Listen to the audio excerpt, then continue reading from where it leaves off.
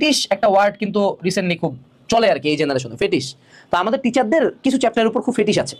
আমি চ্যাপ্টারগুলোর নাম বলি: ম্যাট্রিক্স নির্ণায়ক, গুণগত রসায়ন, প্রাণীর বিভিন্নতা ও শ্রেণীবিন্যাস, কোষ ও কোষের গঠন, আর হইল গিয়া আমাদের ফিজিক্সের ক্ষেত্রে ভেক্টর।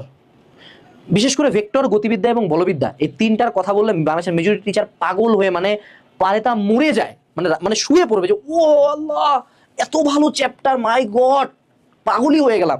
আর কেমিস্ট্রির টিচারের সামনে যা বলবা অর্গানিক কেমিস্ট্রি, অর্গানিক কেমিস্ট্রি। হ্যাঁ, ম্যাথের টিচারকে যা বলবো ভাই ইন্টিগ্রেশন ডিফারেন্সিয়েশন, ও মরেই যাবে ও, মনে করো। মানে ওই চ্যাপ্টারগুলোর প্রতি ওদের এত ফেটিস, মানে পাগলই হয়ে যায়। এবং আগামী 4 মাস যাবত তোমাকে শুধুমাত্র মানে নিয়ার আবার 3 থেকে 4 মাস অনলাইনে এবং অফলাইনে তুমি দেখবা ওই টিচার পড়াচ্ছে প্রথম 3 থেকে 4টা চ্যাপ্টার, 3 থেকে 4টা চ্যাপ্টার থেকে সর্বোচ্চ 3টা সৃজনশীল আসবে, সর্বোচ্চ, যেটার কোনো সম্ভাবনা আসলে নাই। তো তোমার আসবে বাইরের চ্যাপ্টারগুলো থেকে, তোমার পুরো বই থেকে কোশ্চেন আসবে।